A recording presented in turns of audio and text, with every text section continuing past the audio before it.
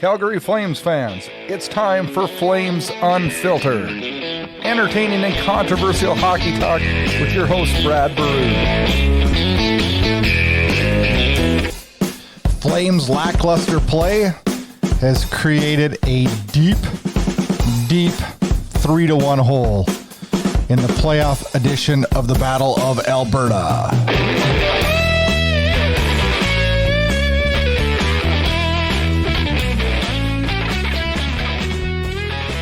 Good evening and welcome to another edition of Flames Unfiltered, a Stanley Cup playoff edition of the show. I am the host of the show, Brad Burud, and yeah, we're here to talk Flames hockey for 45 minutes tonight, 45 minutes tonight. A couple things we got to cover as we're smacking the latter parts, I guess. God, I hope it's the middle of the Battle of Alberta, and it's been,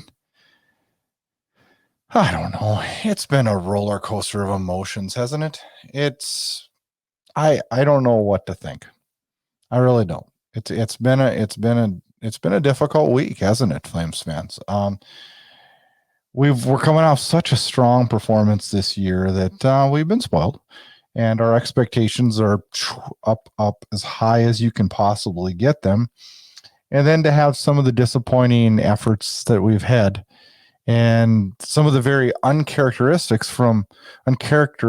play that we did not see all year raise its ugly head as we go to probably the most important series this franchise has faced in the last 30 years. It's disheartening. It's hard to get excited right now. We're down 3-1. I'm not a quitter. I'm not a guy that says, "Oh, it's done. We suck. We're horrible." I don't believe that. But I'm also a realist and smart enough to know that this is a hell of a hole to climb out of, especially when our confidence level is, I don't know, probably as low as it's been since that 4-game losing streak we had as we went into COVID, where we were really playing bad and we got our asses kicked by the Florida teams. And our confidence is at its low point since then. And, I love coming and doing these pods and I get excited, but I wasn't all that pumped tonight to talk Flames hockey because I was disappointed last night. I thought last night was one of those games that when the break started going our way, it's like, hey, this damn thing could be 2-2 after this, and it's a whole new look. But instead, we woke up with a 3-1 deficit, and as I had a little road trip for work today, I didn't want to listen to Flames hockey talk. And that's not like me. I'm excited for the game Thursday night. I'm not nervous or scared anymore because, quite honestly, I don't know, maybe this will help the team. We're the biggest underdogs in the world now to come back in this series, aren't we? Everybody's written us off now. We're not expected to win. We're not going to be the favorites anymore. I'm happy for our friend of the show, and he's on frequently, Kyle Lewis, who got to go to Calgary for game 2, and I hope he enjoyed that trip. And those are things you're never going to forget. And getting to go to Flames playoff games is something that none of us should take for granted. I mean, we're in the middle of Battle of Alberta, and I hope the red lot and I hope the dome is rocking tomorrow night because we need it to be rocking. As big of a hole as we're in, we need to celebrate this team and we need to get things going. I did learn one thing this week, and I'm going to talk about this on future episodes, but I've learned one thing during this Battle of Alberta. We have one player on this team that has raised his hand, stepped up, and said, "Put the C on me because I am going to be the leader." And that's Michael Backlund. All you naysayers on Michael Backlund need to watch. Has Michael Backlund taken a night off like Matthew Tkachuk has, like Johnny Gaudreau has? The list goes on and on. I'm not just picking on those two. He's been our leader. He's throwing this team on his back and tried to do whatever he's been tried to do, and I don't know. I think it's getting overlooked. I really do.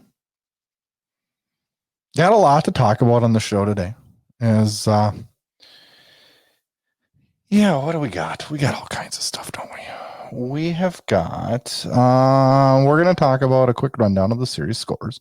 We'll get into the Battle of Alberta and go through game-by-game moments from this series that had us all talking, right? The good water cooler talk from this series.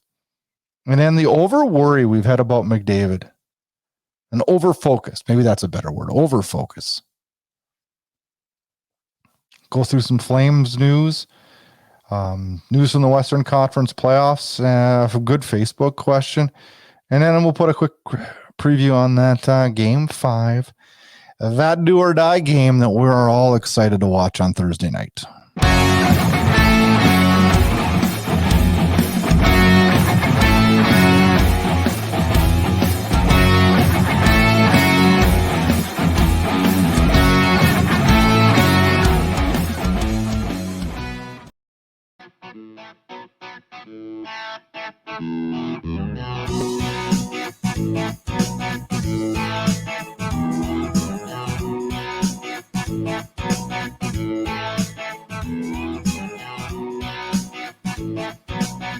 All right, Flames fans, let's talk about a quick game recap here. Game 1, we'll never forget the Flames at home win 9-6.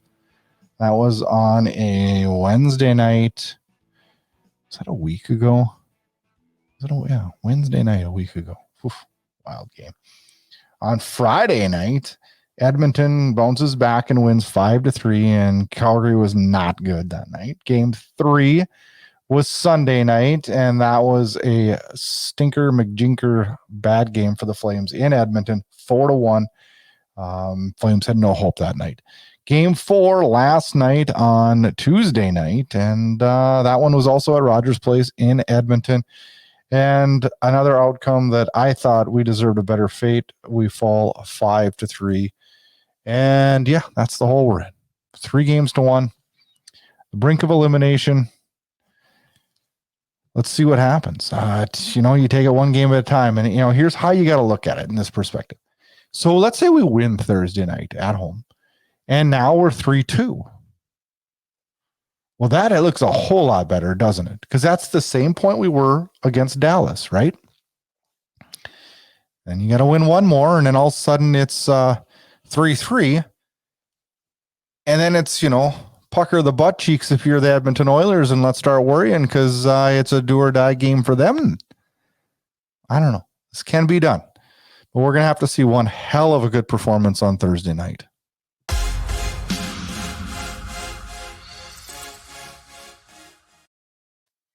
All right, let's talk about each game and some of the intriguing things that happened. And it started the first game.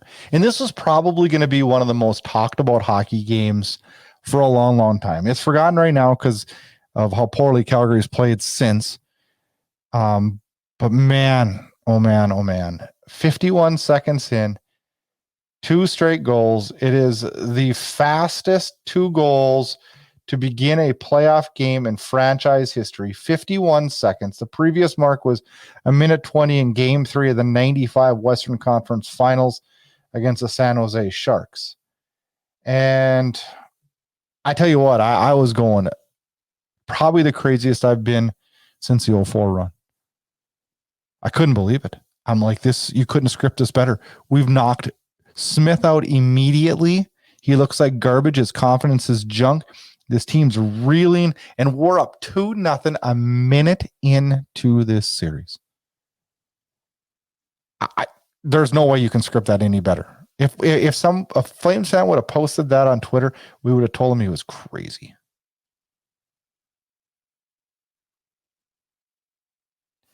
There's a situation during the game where Matthew Tkachuk, Oliver Kylington, and Evander Kane are in the penalty box. Evander Kane and Matthew Tkachuk are in there on coincidental, unsportsmanlikes. The Kylington penalty ends. Kylington stays in the box. Tkachuk comes out and scores a goal. A goal that Edmonton said was offside, but if you look at it, it hit off an Edmonton player back into the zone. Tkachuk takes it in on the breakaway and scores. But my first thought was, and I'm honest about this, my first thought was, oh my God, that's a timekeeper's error. This is going to get called back. He let the wrong guy out of the box. There's no way Tkachuk should have got out. He was on a coincidental with Kane. He has to wait and come out with Kane. I didn't know the rule. I did not know the rule. You can choose. And I did not know that rule. And that's where I was like, oh my goodness. The Oilers come back. And for us being up 3-1 at one point, up 6-2 at another point, 6-2, think about that. And then to be 6-6 in the third period. My heart sank. I couldn't believe it. I could not believe it. We had destroyed Edmonton's confidence completely and then let them back. Not just on the scoreboard, but mentally in the series. We bury them 6-2 or 7-2 game one. This series takes a whole different look. Because I've learned one thing. And I learned it, I've learned it previous years, but you forget because we're stupid. But I learned it in the Dallas series about how much confidence and momentum play a role in the Stanley Cup playoffs. It's huge. And we're seeing it in this series right now. Flames could do no wrong. Flames could do no wrong. And then all of a sudden it was the McDavid show and he took control and it's 6-6. And then it's like, we can't stop them from scoring. It was reported by Matthew Tkachuk that after Markstrom let in his sixth goal, he told the teammates, don't worry, I'm shutting the door right now. That he did. Look at this scoring. The 3 stars of the night after the 9-6 final. Matthew Tkachuk, 3 goals, 0 assists. Elias Lindholm, 2 goals, 0 assists. Johnny Gaudreau, 0 goals, 3 assists. Scoring for the Flames, Lindholm, Mashapani, Ritchie, Coleman, Tkachuk, Anderson, Tkachuk. But on the bad side, McDavid, Bouchard, Hyman, Draisaitl, Yamamoto. We allowed 6 goals. 6 goals.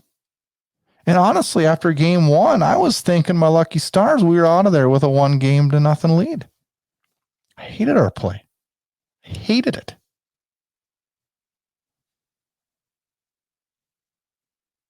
We didn't get 9 goals in the Dallas series until game 5.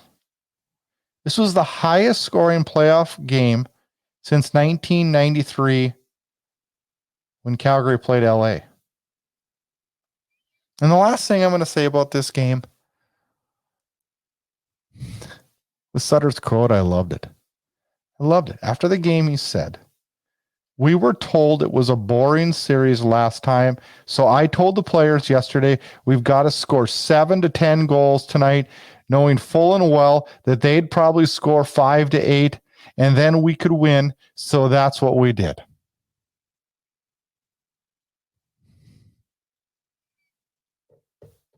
I think his press conferences are as entertaining as the hockey games. Quite honestly, the last couple of games, the way we've played, I'd rather watch the press conference, huh? So then game 2 comes around, and we're feeling pretty good. Not feeling great about the way we played, but feeling good with the result. And feeling like, all right, we can score on these guys. Smith's rattled.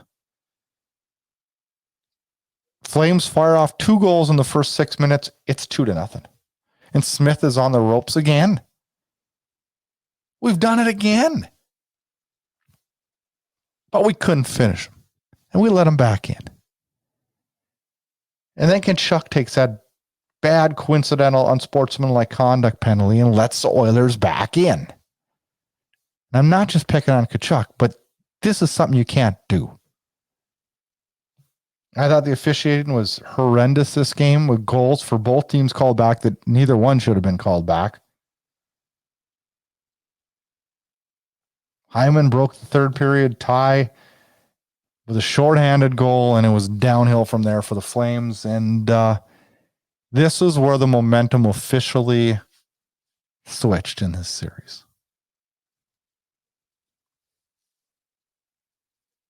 Game 3 was in Rogers Place, and it looked like the Flames were shell-shocked. From the get-go, it was all Oilers. They were flat. The Flames are flat. They played unemotional hockey. They chased all over the place. Turnovers like crazy. The first line was non-existent. And this team was so preoccupied with McDavid, we forgot that we were even playing. And the Oilers' offense in this game was fantastic. Draisaitl finishes the game with 4 assists. Evander Kane, a natural hat trick. McDavid, 3 assists. Jeez, it was hard to watch. Our defense was awful. I thought Oliver Shillington and especially Noah Hannafin looked like they were a duck out of water. Hannafin was just getting used, abused, and I don't know. McDavid made him look atrocious. And I'm a Hannafin fan, and I'm saying that. In the third, Milan Lucic runs Smith. I don't know if you'd call it runs, maybe hits. I don't know that he tried to avoid it, but he sure as hell held up. Edmonton was screaming for supplemental discipline. He got a 5 in a game and was out the rest of the game. I thought that was plenty, but boy, was it a heated talking point in Edmonton, as you'd swear he ran through the back wall. And that's what Daryl Sutter said. He said he didn't run him. If he'd have ran him, he would have been suspended, and Smith would not be playing goal the rest of the series. I don't know. I thought more got made out of that than what should have been. Vladar did come in the third for Markstrom because Markstrom was not good. Uncharacteristic goals. And everything we didn't think that would happen with Markstrom was happening. I remember I was asked prior to this series, what's your thoughts on the series? And I said, well, the first thing that stands out is I feel a hell of a lot more confident going into this series with Markstrom in my net than Mike Smith. And I'm proven wrong on that one, huh? I can't believe I'm saying that. But see, that's a bright spot, Flames fans. As much as Mike Smith, and we've seen it live, we saw it when he was with us. As much as Mike Smith can carry you and have good games, the guy can explode and not stop a beach ball. We've seen it. And it's there for the picking. And that's why you can't quit. And that's why you can't give up. But I'm telling you something, if our first line doesn't show up, and if we don't get the Matthew Tkachuk that wants $9 million and the Johnny Gaudreau that wants $9+ million to produce, we're not winning. And it'll change summer negotiations with those two. I'm telling you that right now. And it should. Because when do superstars, when does the money really get paid? When you produce in the playoffs. Because there's one goal, right? And that's the Stanley Cup. They don't have parades in Calgary for President's trophies, do they? They do for the Stanley Cup. And if you're going to pay a guy $9+ million, he better be a winner in the playoffs, right? How many playoff series do we have to go through to look and search for that winner? How many second chances? How many third chances? It's time. It's time for these superstars that want the big coin to show us they're worth the big coin.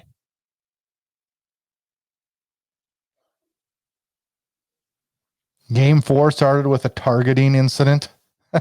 As the Edmonton Oilers fans were screaming that Leon Draisaitl's ankle is being targeted by slashes, and they reported it to player safety, hockey ops, and the officiating departments, and that they were going to watch it very closely. Never mind the fact that Tanev plays, and we all know he has an upper body injury, and everybody that could take a shot at him did, and Hyman took one when he didn't even have the puck. That hurt him bad. But nothing there. It's okay. Because it only goes one way, right? The horrible goals continued as Markstrom allows. I don't know what he was doing. He was out trying to play the puck 21 seconds in, and boom, it's in the back of our net. Nugent Hopkins with an empty netter. And then we build ourselves a hole right away, and it's like, damn it. In a game where you have to win and you have to even this series, and we spot him one right away. But you know what? After that was over, I didn't mind the way we were playing. Tanev came back into the lineup. He struggled in the beginning, and he couldn't fight off Hyman and on the power play situation, and that results in a goal. He seemed uncomfortable. The Hyman hit on him, hurt him. You could tell he was wincing. He probably played more minutes than he should have. I think he played 19 minutes. I would have loved to seen him at maybe that 14-minute mark. But he was a calming factor out there. I will agree. He made a difference on this team that injured. Tells you how important Chris Tanev is to this Flames team. If Markstrom's goal wasn't bad enough, we saw Mike Smith let one in from 132 feet away to tie the game at 3-3.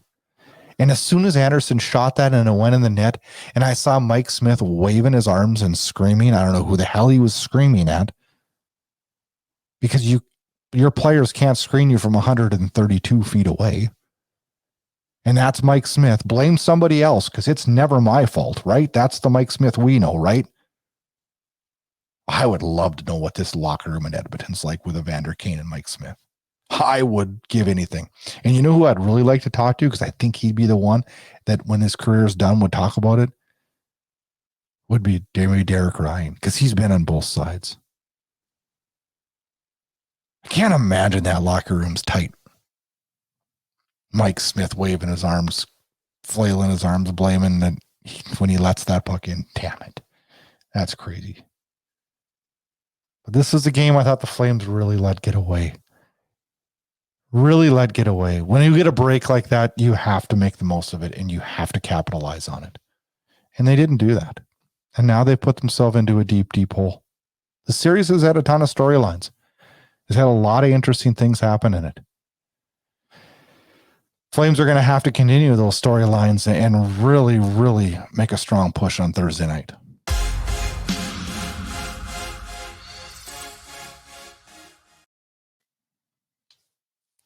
Probably the most important part of this series has been Connor McDavid. And no, he's not their leading point getter, as Evander Kane's setting all kinds of point milestones and craziness there, and Leon Draisaitl's racking up the points left and right. But Connor McDavid has really impressed me. I always thought Connor McDavid was good, so don't think that. But he's showing me a new level. He's showing me a level I haven't seen before. And when he gets the puck, it's just everybody just stops in fear. It's crazy to watch. We're not defending him correctly. We're running scared. And when you play in your heels, bad stuff happens. Bad stuff happens. And no, I know Connor McDavid's not the easiest guy to just go take and body off the puck. He's amazing. The guy can do everything. He's dynamite. I used to think Nathan McKinnon led the league in just sheer takeover of the game. I don't know. Maybe Connor McDavid. Hell, maybe we're going to get to watch next series, huh? I hope not, but maybe we're going to get to see McDavid against McKinnon and find out who really is the guy that can take charge of a hockey game. Because Connor McDavid has literally taken the Flames and taken their game plan and thrown it out the window and put one thing in their head. Oh my God, how are we going to stop Connor McDavid? Panic mode is in freaking full force in Calgary on what are we going to do? We can't stop McDavid. Hanifin looks so freaking preoccupied he doesn't know how to play his game anymore. You throw Tanev into the lineup in game 4 and it calmed, didn't it? It calmed. You can't play on your heels and expect to be successful. I'm not sure. It certainly appears that McDavid has elevated his game to a new level. You know, Anderson said that they've let the Oilers take charge.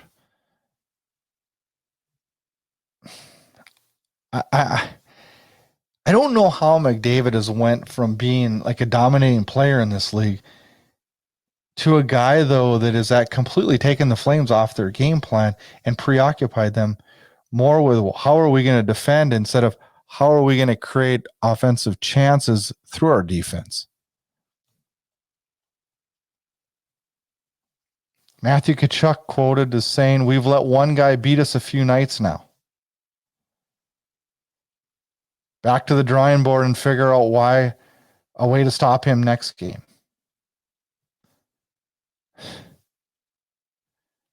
Why can't our superstars take charge of games like that? And I know we don't have a Connor McDavid, but we had the most explosive first line in the National Hockey League this year. And I don't see them taking charge.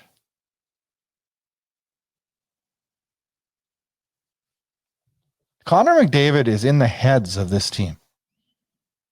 You know, if you rewind and you look at Series 1 against Dallas, I think a lot of people would admit that Jake Ottinger was in the head of the Flames. But the Flames pushed. The Flames didn't give up.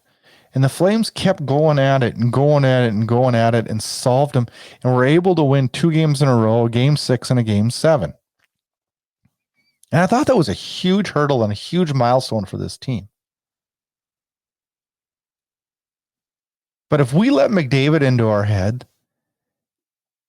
to the point where we are taken off of our game plan so badly that we drop this series in 5,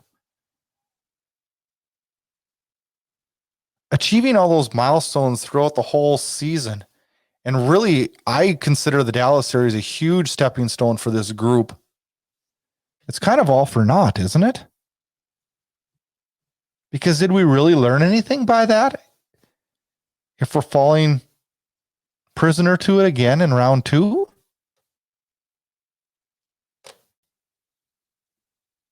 McDavid's not going to get stopped by just one putting a guy on him and shadowing him. He's going to have to be contained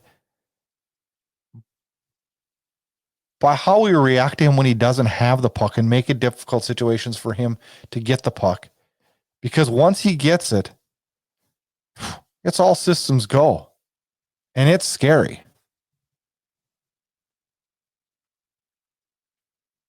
I mean, obviously, Connor McDavid's got to be a big part of the defensive game plan for this team.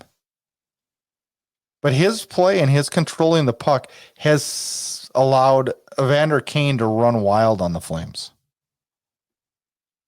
Absolutely run wild on this team. And of all guys we didn't want to run wild, it was Evander Kane, right? Right? It's because McDavid frees it up, man.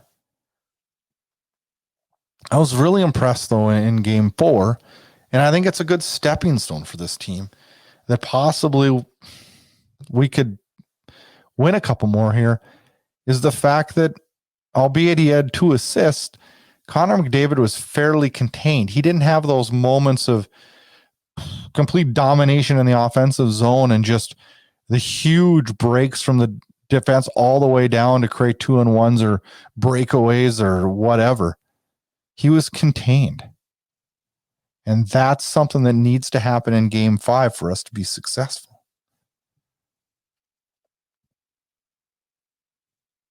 But you can't let a guy get to your head and change your hockey instincts. And I think that's what a couple of our defensemen have done, is instead of playing off instincts, they're playing off their heels, and that's not a recipe for success. Hey, hockey fans, check out the Debate Hockey Podcast, Hosts Brad Burud and Blake Friars debate all the happenings throughout the hockey world every single week on the Debate Hockey Podcast.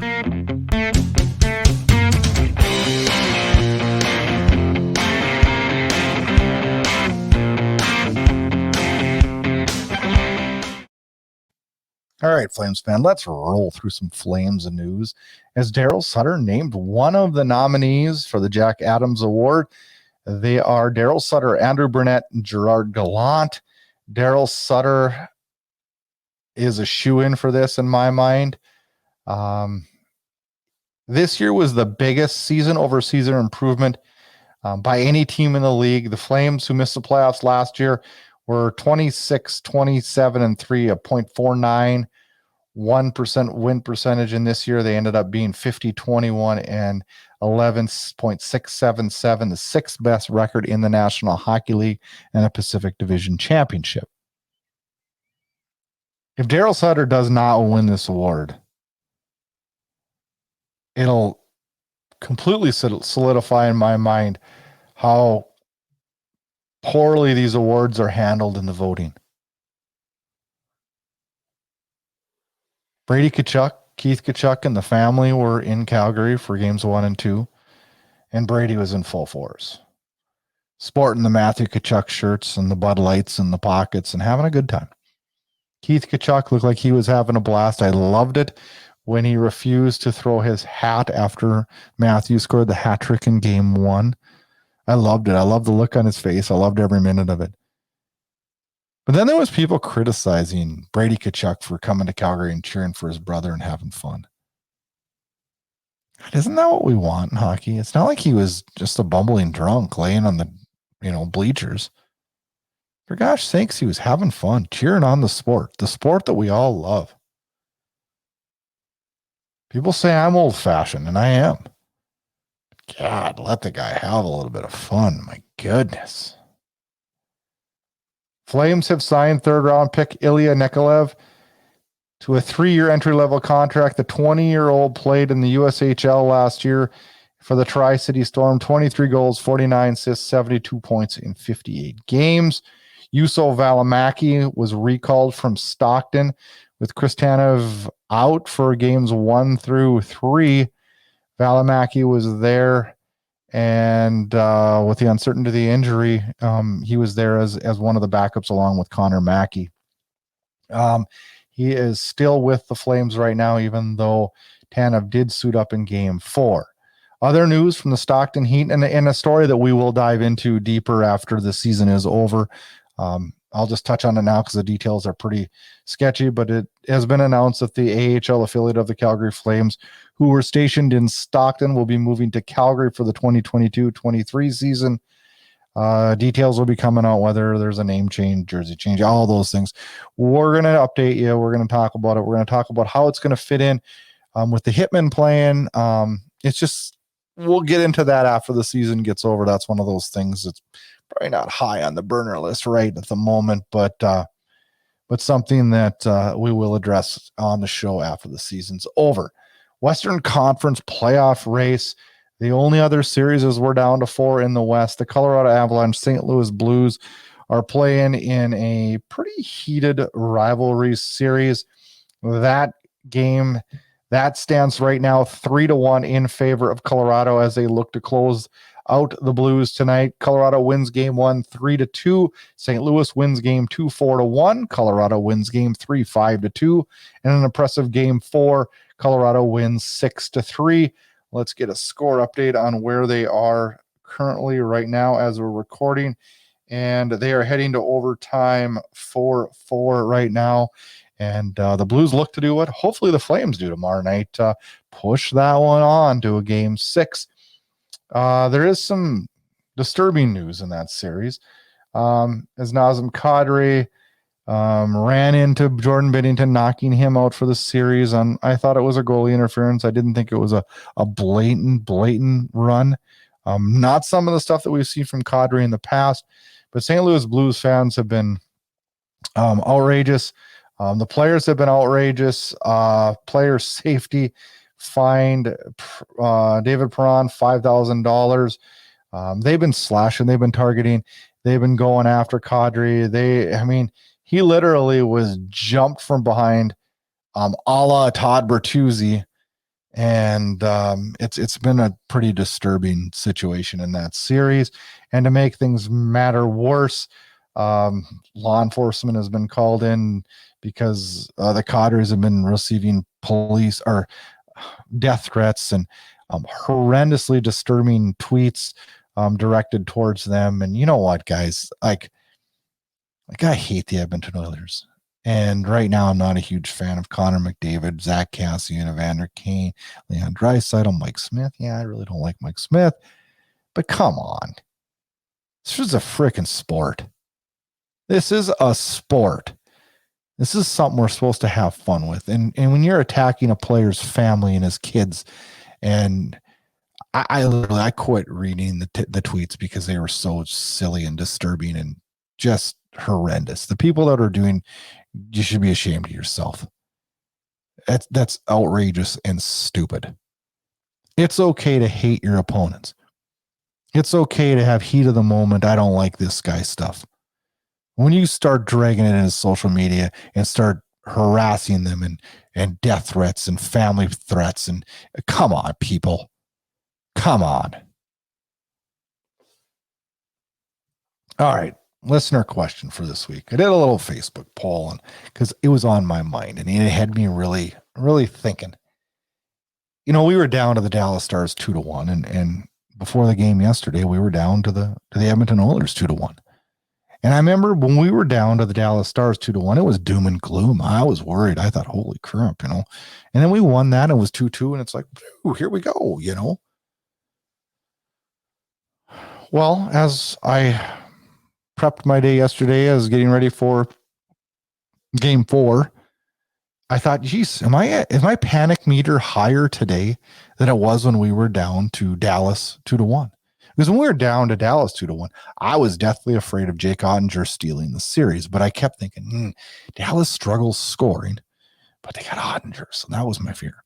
Edmonton, it was like, they have Connor McDavid, Draisaitl, Kane. How the hell are we going to stop them? But on the good side, you know, I feel like we can get to Mike Smith because I've seen him be horrendous. So I feel like we can get to him, right? So I was like, well, what was my panic meter? So I thought, you know, what's everybody else's panic meter? So I hopped on one of my favorite Facebook groups, Flames Hub, and I fired out the question. For the second time this playoffs, the Flames find themselves down 2-1. What series had your panic meter higher? Was it Dallas's low offense, but Ottinger in net? Or Edmonton's Smith in net, but McDavid lighting it up? I had posted this in the morning, and at game time, I shut it off just to see where I was at for responses, so they weren't influenced by the game last night. And 74 responses in that short amount of time, which is pretty good. Pretty happy with that. 30 people said their panic meter was higher against Dallas. That's 41% of the respondents said Dallas. And 44% or 44 people, 59% said Edmonton. And I thought, well, which one am I a little bit more worried about? And you know which one I think I was a little more worried about? I think I was more worried about Edmonton. And honestly, not because of McDavid, and not because I thought we could get to Smith, or not because I thought Ottinger was going to full out steal the show. But I thought, you know what? We got Markstrom, and I feel pretty good. But now the hole's deeper. And now the hole's really deep. And this is going to be a huge feat for the Flames to come back.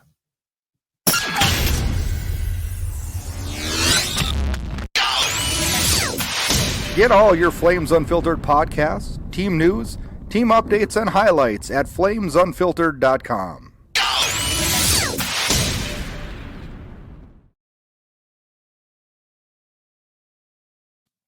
Well, it's down to 1, Flames fans. Game 5 goes Thursday night, 7:30 Mountain Time, back at the Saddle Dome. Red Lot will be open. Let's everybody get there. Let's everybody go. Let's everybody make sure we do everything we can to help this team get over this hump and get through this difficult stage. We're down 3-1. And it's... But Thursday night's a big game. You win and it's 3-2. Game 6 scheduled for Saturday night if necessary in Edmonton, time to be announced. Game 7 would be scheduled Monday night back at the Saddle Dome, of course, if necessary, time to be announced on that one. We wanted the Battle of Alberta. Well, we got it, didn't we, Flames fans? Oof.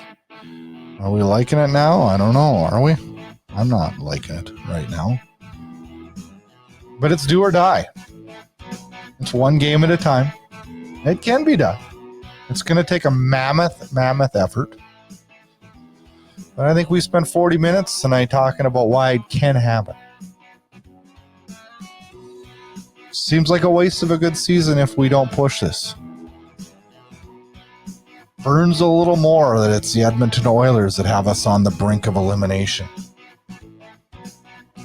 But all we can do now as Flames fans is to cheer as loud as we can, to push and have fun, and pray that the stars show. Pray that Johnny Gaudreau, Matthew Tkachuk, Elias Lindholm all show up. We get depth scoring from a Yarncrook. Or a Tyler Toffoli plays better than he's been playing because he hasn't been good. Pray that Markstrom finds his game and posts one of those big-time shutouts. Lots can happen, guys. Edmonton won 3 in a row on us. It's time to flip the script. Check out FlamesUnfiltered.com. Have a great week, Flames fans. We'll see you again next week. It's the Battle of Alberta. One last chance. Get connected. Flames Unfiltered can be found on Twitter @FlameUnfiltered. And also make sure you check out our Facebook page @FlamesUnfiltered. Check out host Brad Burud on Twitter @BradBurud. And if you like what you hear, rate and review us on Apple Podcasts. You can find Flames Unfiltered on all the major podcast players. Thanks again and enjoy the hockey action. Play on! Yeah, baby! Play on! Yeah, baby! Thanks for tuning in to Flames Unfiltered. Check back for more action-packed Calgary Flames talk.